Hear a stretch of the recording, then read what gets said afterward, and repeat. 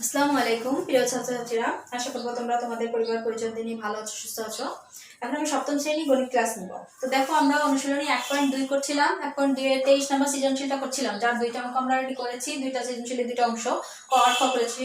কতে দেখো ছিল প্রথম সংখ্যাটি পূর্ণবর্গ সংখ্যা কিনা উৎপাদকের সাহায্যে যাচাই করো, সেটা করেছিলাম। দ্বিতীয়টা করেছিলাম, দ্বিতীয় সংখ্যাটি যদি পূর্ণবর্গ সংখ্যা না হয় তবে কোনো ক্ষুদ্রতম সংখ্যা দিয়ে গুণ করলে এটি একটি পূর্ণবর্গ সংখ্যা হবে, পূর্ণবর্গ সংখ্যাটি নির্ণয় করো, সেটা আমরা করেছিলাম। এরপরে যে অঙ্কটা বাকি ছিল গ নম্বর, দ্বিতীয় সংখ্যাটির সাথে কত যোগ করলে এটি একটি পূর্ণবর্গ সংখ্যা হবে। এই টাইপের অঙ্ক আমরা অনেকগুলো করেছি, তাই না?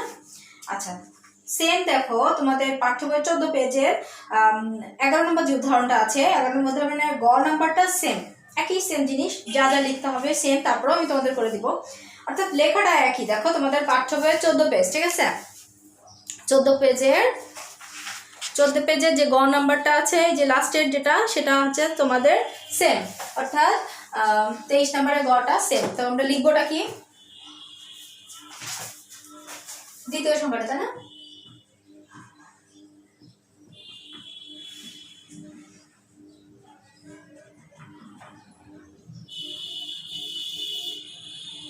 দ্বিতীয় সংখ্যাটি কত? 87। এই সংখ্যাটার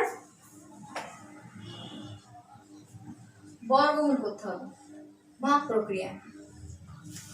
আচ্ছা, ভাগ প্রক্রিয়া যদি আমরা বর্গমূল করি তো কত নিব? মনে আছে? ভাগ ডান সাইড থেকে জড়া ধরতে হবে, বাম সাইড থেকে অঙ্ক শুরু করতে হবে। তাহলে 2 3 3 9 হয় না, 4 4 16 হচ্ছে না, 5 5 25 বেশি হয়ে যায়, তাহলে 4 নিই আমরা। 6 7 8 9 10 11 কত হলো? 5 হইলে, আচ্ছা এটা ডাবল দিতে হবে, তাই না? 4 2 8। আচ্ছা, এরপরে পরের স্টেপটা বসাও। এখানে আমরা একটা সংখ্যা নিতে হবে যে সংখ্যাটা দিয়ে গুণ করলে এটা সমান হবে অথবা বা এর থেকে কম হবে, তাই না? কত নিতে পারি আমরা এখানে? 5 5 25, 5 8 5 5 8 40, কম হয়ে যায় 5, 6 6 8 40, হ্যাঁ 6 দিয়ে নিলে হতে পারে। 6 6 36 এর 6 হাতে থেকে 3, 6 48 49 50 51। তাহলে এই 6টা আমরা কোথায় নিব? এখানে নিব। বিয়োগ করো, 4 7 এক হলে 2 3 4 5 6 7 8 7 71 থেকে অবশিষ্ট, তাই না? অবশিষ্ট থাকে 71। এখানে কিন্তু আর সংখ্যা আছে, জোড় আছে? নাই। আর এখানে ভাগফল হয়ে যায় 46। তাহলে এটা কি পূর্ণবর্গ সংখ্যা? না, পূর্ণবর্গ সংখ্যা নয়। তাহলে পূর্ণবর্গ করতে গেলে কি করতে হবে? আমাদের যে সংখ্যাটা বর্গ ভাগফল হয়েছে তার সাথে 1 যোগ করতে হবে, তাই না? সেই সিস্টেমে আমরা করেছি। তাহলে লিখে ফেলো হবে ঠিক তোমাদের পাঠ্য বইয়ের 14 পেজে যা যা লেখা আছে গ নম্বরে সেম জিনিসই লিখবে। আমিও লিখে দিচ্ছি তোমাদের। যেহেতু সংখ্যাটি বর্গমূল নির্ণয় করার সময়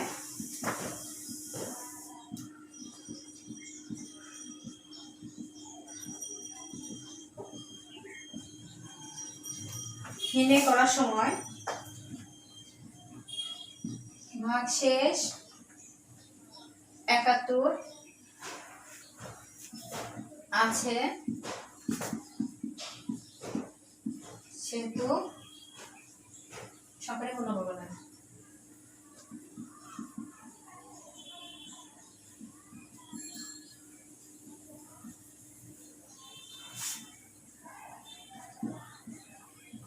পূর্ণবর্গ নয়, তাই তো?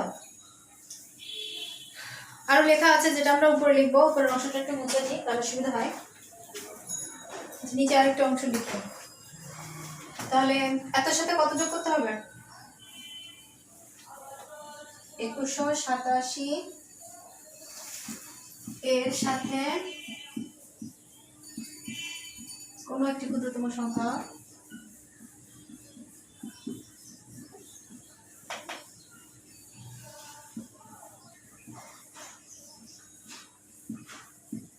যোগ করলে যোগফল পূর্ণবর্গ হবে,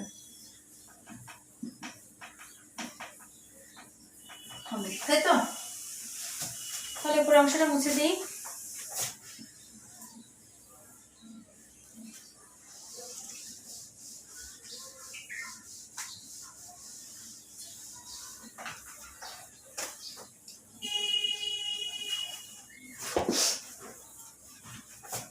তাহলে কত হচ্ছে অবশিষ্ট আমাদের কত ছিল, সরি অবশিষ্ট ছিল 71, তাই না? আর হচ্ছে ভাগফল ছিল 46, তাহলে বর্গমূল হবে, এটা আরেকটু পুরোটাই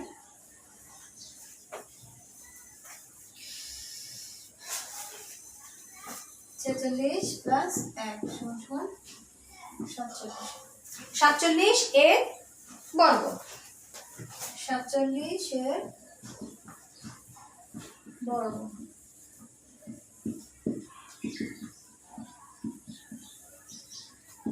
7 7 49, 9 7 4 7 28, 28 আর 9 24, 30 0 থেকে 2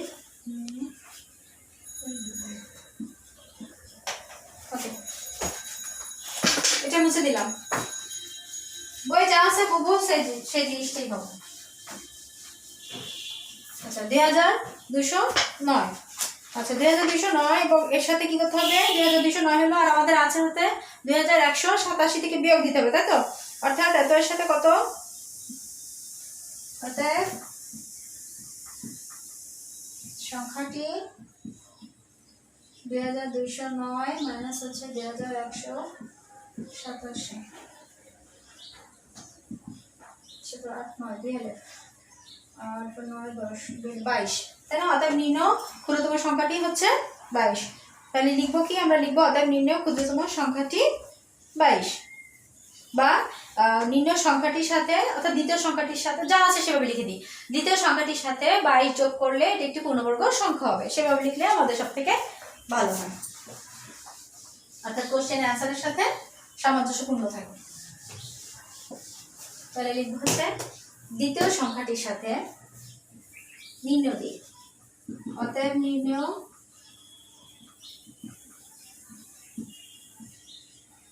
দ্বিতীয় সংখ্যাটির সাথে 22 যোগ করলে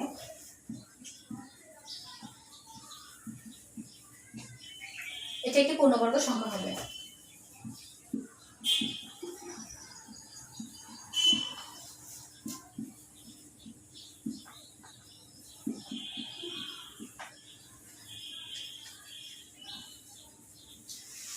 কমপ্লিট আমাদের অঙ্কটা, মোটামুটি 23 নম্বরটা কমপ্লিট হয়ে গেল। এবার 24 নম্বর সেম জিনিস, ঠিক আছে? একটি সৈন্যদলকে 6 7 8 সারিতে সাজানো যায়, কিন্তু বর্গাকারে সাজানো যায় না। আচ্ছা 8 এর গুণনীয়কগুলো বের করো। সৈন্য সংখ্যাকে কোনো ক্ষুদ্রতম সংখ্যা দ্বারা গুণ করলে সৈন্য সংখ্যাকে বর্গাকারে সাজানো যাবে। ওই দলে কমপক্ষে কতজন সৈন্য যোগ দিলে সৈন্যদলকে বর্গাকারে সাজানো যাবে। সেম, একই সেম জিনিস। তো নেক্সট ক্লাসে, আচ্ছা এই ক্লাসে আমি করে দিচ্ছি। তাহলে দেখো,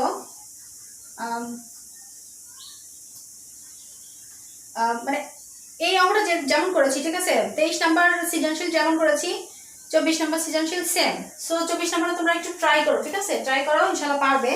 আমি আজ তোমাদের একটু বীজগণিত শুরু করার চেষ্টা করছি, যেহেতু বীজগণিত আমাদের টোটালি করা হয়নি। আর এই অঙ্কটা সেম, 24 নাম্বার সেম, 23 নাম্বার আর 24 সেম জিনিস। তো নেক্সট যদি প্রয়োজন হয় আমি নেক্সট ক্লাস করে দেবো। আর সেম তোমরা পারবে, একই রকম। দেখো আমি বীজগণিত শুরু করছি। চতুর্থ অধ্যায় দেখো, বীজগণিতীয় রাশির গুণ ও ভাগ। এটা একটা স্ক্রিনশট দাও এবং কন্টিনিউ করো। আচ্ছা খেয়াল করো, দেখো তোমাদের পাঠ্য বইয়ের পেজ নাম্বার হচ্ছে 50, ঠিক আছে? Page number 50। খেয়াল করো, এখানে বীজগণিতীয় রাশির গুণ ও ভাগ। তো বীজগণিতীয় রাশি আমরা অলরেডি জানি, তাই না? ক্লাস 6 আমরা পড়েছি যে একটা চলক থাকবে, তার একটা সহগ থাকবে, একটা সূচক আছে, তারপরে তোমার ভিত্তি বেস কাকে বলে সেটা আমরা জানি। তো এখন আমরা এই যে বীজগণিতীয় রাশির গুণ কিভাবে হয়, তারপরে বীজগণিতীয় রাশির চিহ্নযুক্ত রাশি কোনটা, একপদী রাশিকে একপদী রাশি দ্বারা গুণ করা হয়, বহুপদী রাশিকে একপদী রাশি দ্বারা গুণ, বহুপদী রাশিকে বহুপদী রাশি দ্বারা গুণ, সেটা একটু ডিফারেন্স গুলো। তো এখানে দেখো বীজগণিত রাশির গুণ, বীজগণিতীয়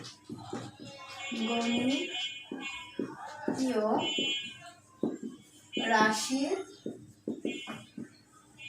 গুণ। আচ্ছা এটা দুই ভাগে ভাগ করা যায়, কয়েকটা ভাগে ভাগ করা যায়। তার মধ্যে প্রথম হচ্ছে গুণের নিয়ম বিধি, তারপর হচ্ছে তোমার এটাকে কয়েক ভাগে ভাগ করা যাচ্ছে। এক হচ্ছে গুণের বিনিময় বিধি, ঠিক আছে। 2 নাম্বার হচ্ছে গুণের সংযোগ বিধি।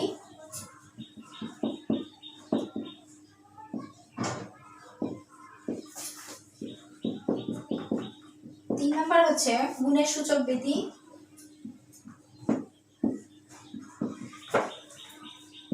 4 নাম্বার হচ্ছে বন্ধন বিধি।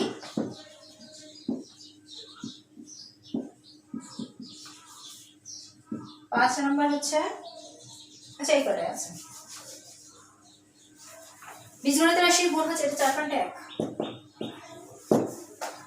ঠিক আছে। বীজগণিত রাশির গুণ 4টা নিয়ম হয়। গুণের বিনিময় বিধি, গুণের সংযোগ বিধি, গুণের সূচক বিধি, গুণের বন্ধন বিধি। অর্থাৎ বিনিময় বিধি কি বিনিময় করছে, একটা থেকে আর একটা বিনিময় করছে। যেমন 2 গুণ 2, 2 into 3, তো 3 into 2 হয়, ঠিক আছে। বিনিময় হচ্ছে না, ডান সাইড থেকে বাম সাইড, বাম সাইড থেকে ডান সাইড, এটা চেঞ্জ হচ্ছে কিন্তু আলটিমেটলি অ্যান্সার কিন্তু একই হচ্ছে। দেখো 3 দুগুণে 6, এখানেও কিন্তু 3 দুগুণে 6 হচ্ছে, এটা হচ্ছে বিনিময় বিধি। আচ্ছা সংযোগ বিধি কি? সংযোগ বিধি হচ্ছে যে সংখ্যা আছে তার সাথে আরেকটা সংযোগ করছে। অর্থাৎ মনে করো এখানে 2 into 3 আছে, তার সাথে আমরা সংযোগ করছি into 4। আবার এখানে 3 into 4, তার সাথে আমরা সংযোগ করছি 2। তাহলে দেখো আলটিমেটলি গুণফল কিন্তু একই আছে। যেমন 3 দুগুণে 6, 4 4 24, আর এখানে হচ্ছে 3 4 12, 12 দুগুণে 24, একই অ্যান্সার আসে কিন্তু সংযোগ হচ্ছে, ঠিক আছে। আচ্ছা এরপরে সূচক বিধি। সূচকটা কি? সূচকটা আমরা অলরেডি জানি যে x টু দি পাওয়ার, এই যে উপরের যে অংশটা হচ্ছে সূচক, এটা চলক আর নিচে হচ্ছে সহগ। আচ্ছা ডান সাইড বাম সাইডে সহগ আর নিচে হচ্ছে বেস মানে ভিত্তি, এটা আমরা সবাই জানি। তো সূচক বিধি, সূচক বিধিটা একটু ইম্পর্টেন্ট। যেমন a টু দি পাওয়ার যদি m হয় into a to the power n হয়, তাহলে a to the power m plus n, সূচকটা যোগ হবে যদি সহগ একই রকম হয়। এটা একটু বুঝতে হবে, আমি একটু ডিফারেন্ট করে বুঝাই। উপরের অংশটা মুছে দিই, সূচক বিধিটা একটু ভালো করে বুঝতে হবে। 4 ভাগে তো ভাগ করলাম আমরা, তাই না?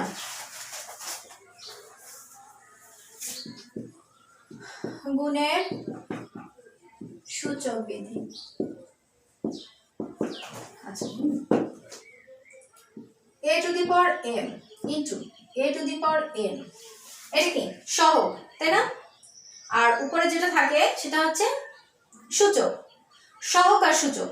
তো যখনই আমাদের সহগ সেম হবে সেহেতু সেক্ষেত্রে সহগের যদি একই রকম হয়, এটাকে ইনটু মানে গুণফল, তাহলে সূচকটা যোগ হয়ে যাবে m প্লাস n, এটা হচ্ছে সূত্র।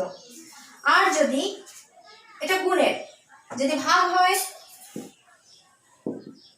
ভাগের সূচক বিধি।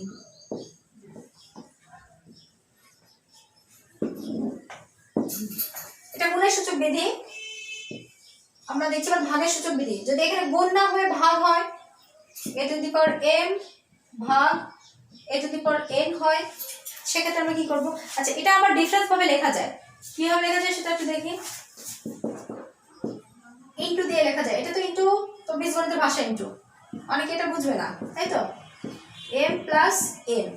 আচ্ছা এটা যদি ভাগ এভাবে দেই তাহলেও কিন্তু এটা ভাগ বোঝাচ্ছে, তাই না? আচ্ছা বড় করে দিই, তাহলে এটা সূত্র কি হবে? যদি ভাগের ক্ষেত্রে হয়, গুণের ক্ষেত্রে যোগ, আর ভাগের ক্ষেত্রে হচ্ছে যদি সহগ একই রকম হয় তাহলে সূচক হচ্ছে বিয়োগ হয়ে যাবে। তাহলে a to the power m minus n। আমি আবার বলছি, গুণের সূচক বিধি হচ্ছে যদি সহগ একই হয়, যদি সূচক ভিন্ন ভিন্ন হয় কোনো সমস্যা নাই, সূচক যদি একই হয় তাহলেও সমস্যা নেই, কিন্তু সহগ যদি একই হয়, সহগটা যদি একই হয়, সহগ একই, সেক্ষেত্রে সূচকের ক্ষেত্রে দুইটা নিয়ম, যদি গুণ হয় তাহলে যোগ হয়ে যাবে, আর যদি ভাগ হয় তাহলে বিয়োগ হয়ে যাবে, এটাই হচ্ছে নিয়ম। এরপর আমরা দেখছি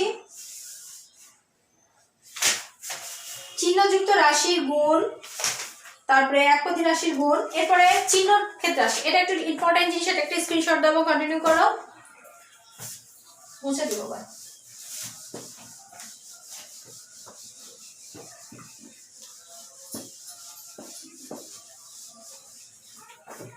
চিহ্নযুক্ত রাশির গুণ, এরপরে 4.2 এ আছে চিহ্নযুক্ত রাশির গুণ। চিহ্নযুক্ত রাশির গুণ,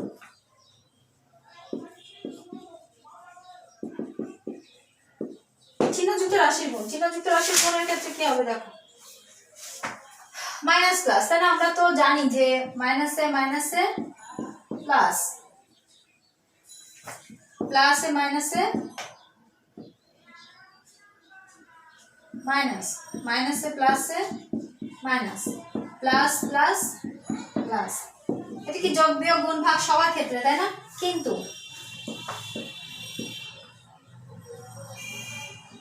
শুধুমাত্র কিসের ক্ষেত্রে বলতো?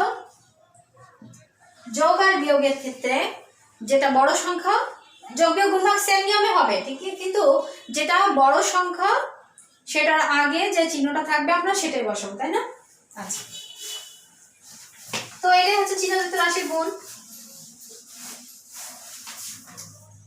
তারপর আসছে একপদী রাশি, 3 একপদী রাশি, রাশিকে একপদী রাশি দ্বারা গুণ।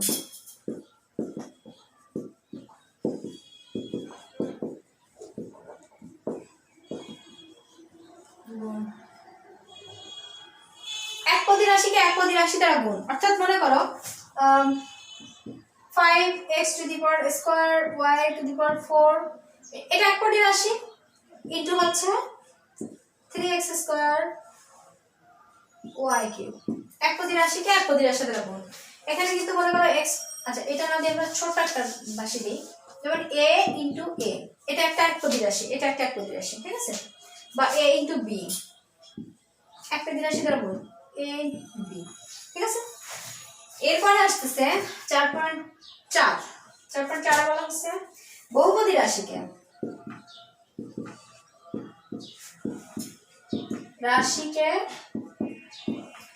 একপদী রাশি দ্বারা গুণ। বহুপদী রাশিকে একপদী রাশি দ্বারা গুণ।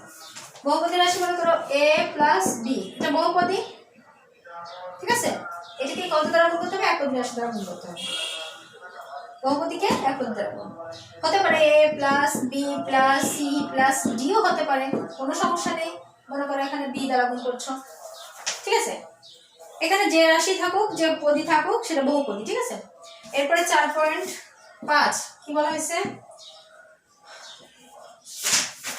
বহুপদী রাশিকে বহুপদী রাশি দ্বারা গুণ।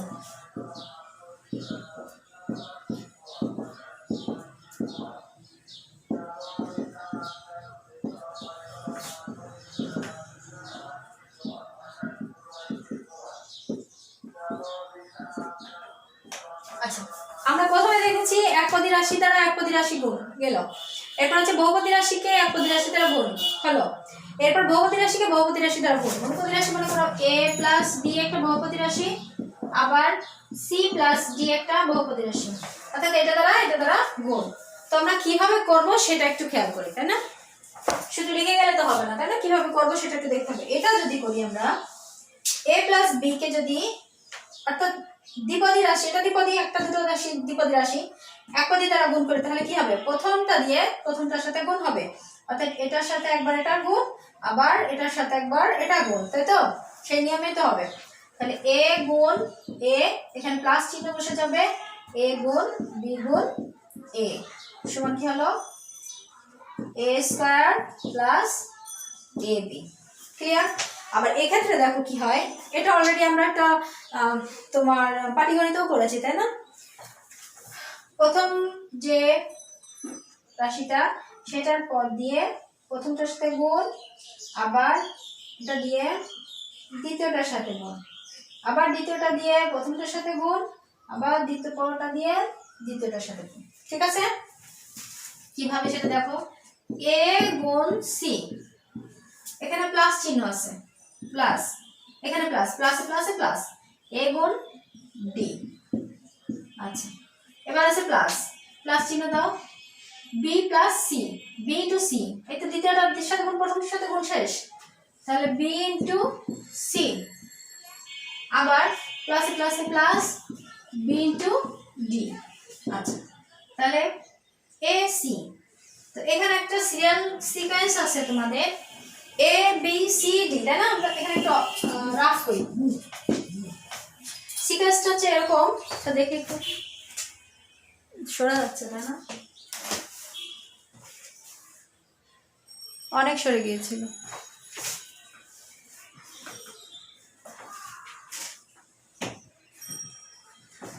আচ্ছা, এবার ঠিক আছে, দেখো এ বি সি ডি, তাই তো?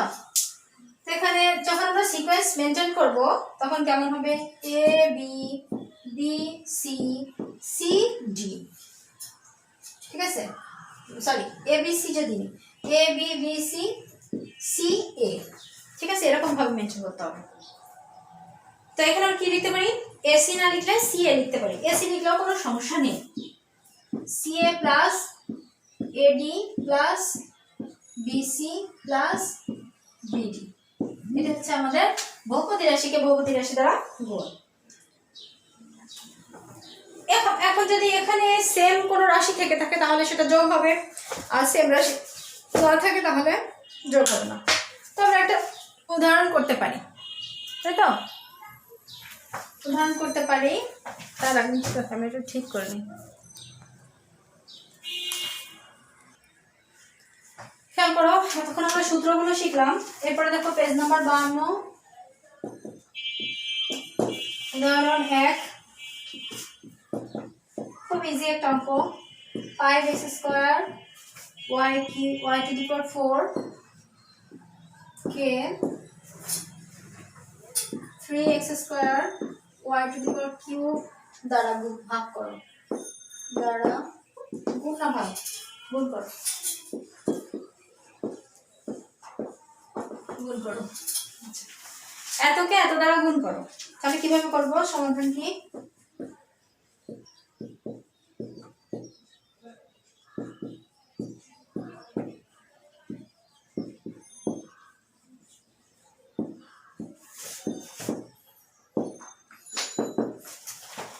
আমরা একপদী রাশিকে একপদী রাশি দ্বারা গুণ করছি, তাই না? আচ্ছা, যদি একপদী রাশিকে আমরা একপদী রাশি দ্বারা গুণ করে থাকি তাহলে প্রথমে কি করব, সংখ্যাগুলো একসাথে নিয়ে আসবো, তারপরে সহগগুলো একই সহগ যেগুলো আছে সেগুলো পাশাপাশি নিয়ে আসবো। দেখো এখানে সংখ্যা আছে 5 × 3 এক জায়গায় নিয়ে আসলাম, ইন্টু এক্স স্কয়ার এক জায়গায় নিয়ে আসলাম, y to the power 4 into y to the power cube, একই সহগগুলো আমরা এক জায়গায় নিয়ে আসতে পারি। আচ্ছা, এটা ব্র্যাকেট দিয়েও দিতে পারি, ব্র্যাকেট ছাড়াও দিতে পারি, কোনো অসুবিধা নাই, ঠিক আছে? তাহলে 3 × 5 = 15 ইন্টু, আচ্ছা এটা কি হবে, একই সহগ যদি থাকে তা আমরা কি সূত্র দেখেছিলাম, a to the power m into a to the power n এর সূত্র, মনে আছে? কিছুক্ষণ আগেই করলাম। তাহলে a to the power m plus n, অর্থাৎ যদি সহগ একই থাকে সূচক ভিন্ন ভিন্ন থাকে তাহলে আমরা সহগ একটা রেখে সূচক দুটো যোগ করে দিতে পারি। যদি সহগ অনেকগুলো থাকে, মনে করো এরকম যদি থাকে a to the power m into a to the power n into a to the power b into a to the power n ও a টু দি পাওয়ার, আচ্ছা এখানে b the a to the power p, এমন থাকে, সহগ একই যে সূচক different, তাহলে সহগ একটা রেখে সবগুলো যোগ করে দিতে হবে, তাই না? সূচক দুটো হবে তা কিন্তু না।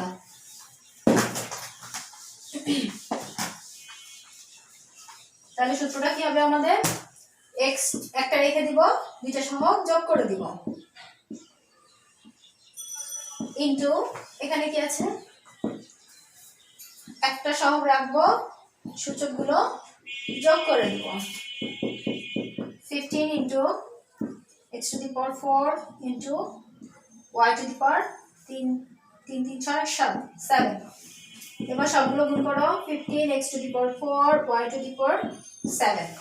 তাহলে এটাই হচ্ছে আমাদের সমাধান সূচকের নিয়ম অনুযায়ী। অর্থাৎ নির্ণয় সমাধান, নির্ণয় গুণফল 15 x to the power 4 y to the power 7। Clear? এরপর দেখো 2 নম্বর উদাহরণ। 2 নম্বরটা আরো সহজ। এখানে একটা মাইনাস আছে, এইজন্য আমি করব। যেহেতু প্লাস মাইনাস অনেকদিন আমরা করিনি, সেহেতু ভুলে গিয়েছি। একটু প্র্যাকটিস করলে হয়ে যাবে প্লাস। এটা একটা স্ক্রিনশট দাও এবং কন্টিনিউ করো। 2 নম্বর উদাহরণটা করব। আমি সবগুলো উদাহরণই করব, ঠিক আছে? এক এক করে।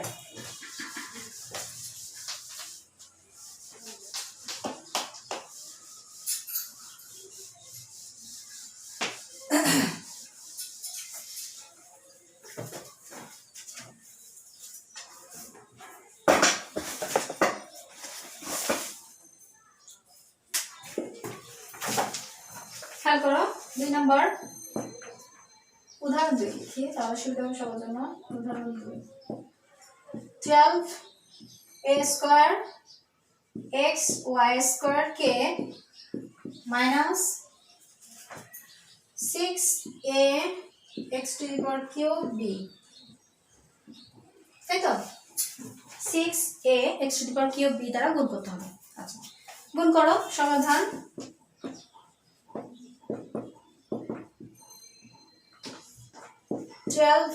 a square x y square into minus 6a x to the power cube b। আচ্ছা, কিভাবে আমরা গুণ করব দেখো। প্রথমে আমরা সংখ্যাগুলো এক স্থানে নিয়ে আসব, তারপরে সহগগুলো নিয়ে আসবো, তাই না?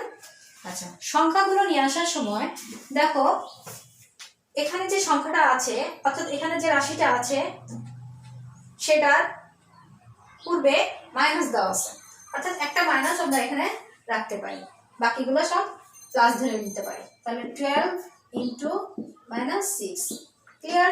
এরপরে কিন্তু প্লাস হয়ে যাচ্ছে সব। এরপরে ইন্টু এক্স স্কোয়ার ইন্টু এ স্কোয়ার ইন্টু এ ইন্টু, যেহেতু এখানে প্লাস মাইনাসের অপশন মাত্র একটা, সেটা একটা হয়ে গেল, ঠিক আছে? এবার এক্স আসতেছে x into x two the power cube, তারপরে y আসতেছে y স্কয়ার আছে ইনটু b আছে, ঠিক আছে? তাহলে কি করব আমরা? 12 6 12 72, তাই না? তাহলে প্লাস মাইনাসে মাইনাস 72 ইনটু এখানে কি হবে a to the power 2 plus 1। আচ্ছা, তো যদি তুমি না করে দাও তাহলেও সমস্যা নেই। x to the power 1 plus 3 into y square into b minus 72 into x to the power a to the power 3 into x to the power 4 into y square into b। এবার সব গুণ করে দাও, সব মাইনাস 72। প্রথমে a b আগে নিয়ে আসি, তাহলে a to the power cube, তারপরে b নিয়ে আসি x to the power 4 y square, ঠিক আছে? সিকোয়েন্স ঠিক রাখতে হবে, a b c, তারপর হচ্ছে x y z। তাহলে অর্থাৎ নির্ণয় কি হলো? যোগ গুণফল, অর্থাৎ নির্ণয় গুণফল।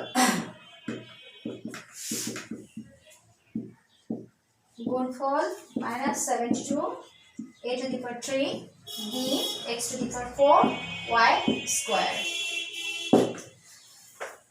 এটা হচ্ছে আমাদের 2 নম্বর উদাহরণের অ্যান্সার। এরপরে 3 নম্বর আছে। 3 নম্বর, আচ্ছা এর পরেরগুলো আমরা পরে করব, আজ এ পর্যন্ত থাক।